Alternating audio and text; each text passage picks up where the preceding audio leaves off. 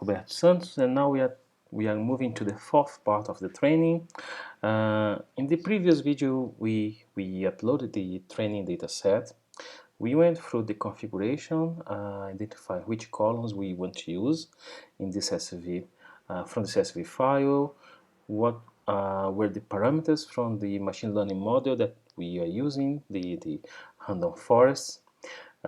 We trained a couple of models using different parameters, and on the screen that we are seeing now, we have those results. Okay. We also saw how to download those methods, or we can also delete if we are not happy with them. But what I'm going to show you now is how can we test the prediction. Okay, so we have this magical wand here, and I'm going to choose the model number 17, so ID 17, the first column, the second column in this table identifies the ID. I'm going to click on this magic Wendy. It's going to make a prediction, and then we need to provide a file with the for running the prediction. So just reminding you, the first file that we uploaded was the training data set. So that assumes that you have the data you want to use in the training, plus at least a column informing if that data should be identified as good data or bad data. Okay, so the data file for the prediction is slightly different. Okay, so if you see the content of the rainfall data file that we use in the training phase, it has a number of columns, but it has also the label column, the last one here. And the label columns identifying each one of these measurements as good or bad measurement. Okay. When we look at the data file for the prediction, we're going to have something slightly different. Okay. So this is the rainfall new data file. So this is assuming that we trained the model, and now our station is gathering more data, and we want to take this data through the prediction process. A couple of differences here. One is that we don't have the label anymore. In fact, label is what we are looking for and what we're going to get from the prediction response. And we also don't have the AVG average column.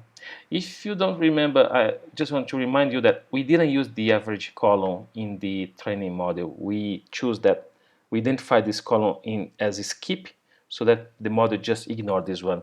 That means that when we are uploading the data for the prediction, we don't need to provide the same exact number of columns that we provide in the training model. We just need to send the ones that we use for the training model. That was the daytime, Central Farm, Chalk Creek, Hawksworth Bridge, Santa Helena columns. Okay. Okay, so let's choose this file, rainfall new data. We are going to click open. We are going to run the upload. And then we have here the number of records that we uploaded. 4 records. It does reflect the number of rows we have here, and the number of good records. So the number of records, the measurements that we took through the prediction model and we identify as good. We can download this result here. Okay, we have the prediction underscore 17. 17 is the ID of the model we are using. Okay, and if you look here, and I can go through the prediction 17. Oh, I can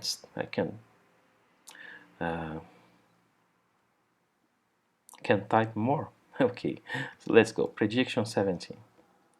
Okay, so here I have the data set. Okay, I don't have the timestamp anymore, but I have a sequence of rows, and these rows are respecting the same sequence of the input data that I sent. So you can see that the values are in the same order. Okay, and I have here my results. Okay, so we have here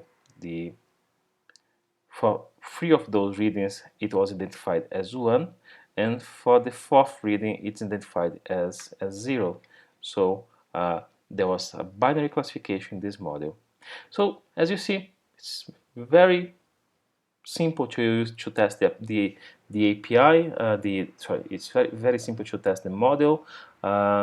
You just need to have a small data set that you can use to run through the prediction. Okay.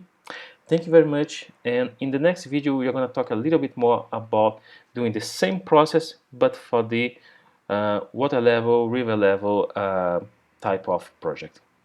Thanks a lot and see you in a bit.